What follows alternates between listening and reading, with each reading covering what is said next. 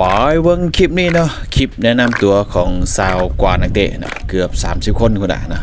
ที่ว่าเข้ามาคัดเลือกทีมซาลาวคนเกิน17ปีเกี่ยมเข้าร่วมการแข่งขันผ่านเตะชิงแชมป์อาเซียนอยู่ที่ประเทศอินโดนีเซียนะสำหรับนี้เราจะ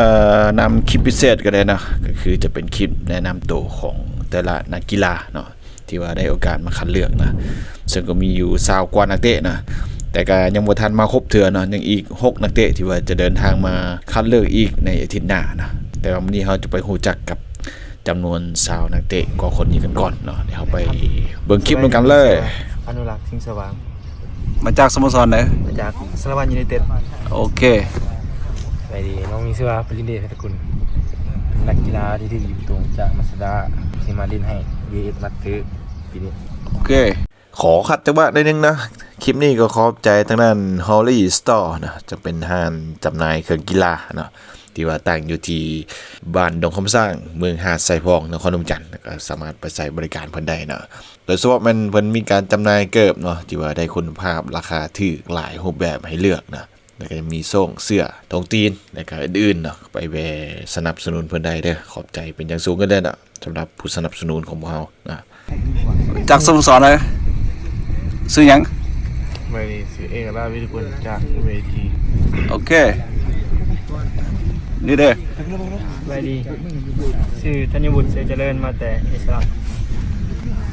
อ้าวสุรอสวัสดีน้องชื่อสารคำทวีทุกมาจากสโมสรทีบีบุกเกลโอเคนี่เด้อ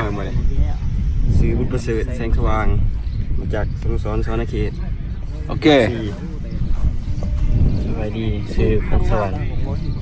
จากสโมสรทีวีบุกเกลโอเค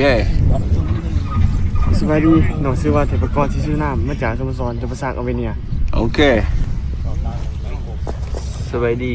พี่ชื่อว่าลุนุสะชิวดมมาจากแดงสระบัดโอเคสวัสดีมีชื่อว่าเองไม่ใช่ว่าเดชมาจากสโมสรปีแก้วสมาชิกโอเคซื้อยังซื้อแท้เอกวีจากสโมสรไหนที่บอยแก้วโอเคได้ดีซื้อตาซื้อแท้ดีได้ยังจากสโมสรไหนสโมสรตะปินจำปาโอเคโอ้นี่โมโหจริงเนี่ยซื้อยังซื้อสวรรค์ไซมาจากสโมสรไหนสวรรค์เขต FC โอเคสวัสดีชื่ออนุสามาจากสโมสรทีบีบัวแก้วโอเคซื้อยังชื่อเงินโดน